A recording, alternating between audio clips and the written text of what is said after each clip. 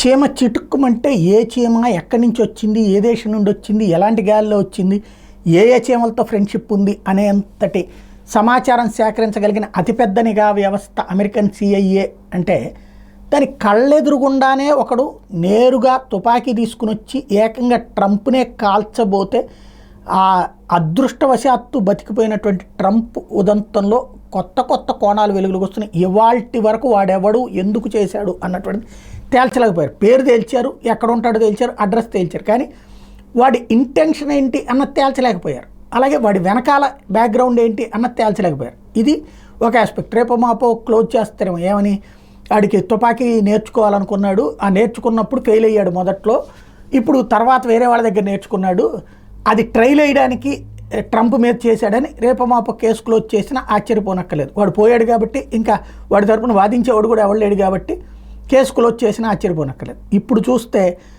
వాడు ఇప్పుడు కాదు ముందుగానే అమెరికా మాజీ అధ్యక్షుడు డొనాల్డ్ ట్రంప్ మీద అత్యయత్నానికి దొండగుడు థామస్ మాథ్యూ క్రూక్స్ ముందుగానే పథకరచన చేసుకున్నాడు. తన ప్లాన్ గురించి పాపులర్ ఆన్లైన్ గేమింగ్ ప్లాట్ఫామ్ స్టీమ్లో ముందుగానే సంకేతం ఇచ్చాడు. జూలై 13న నా ప్రీమియర్ ఉంది, అది ఎలా జరగబోతుందో చూస్తుండండి అంటూ రాసుకొచ్చాడు.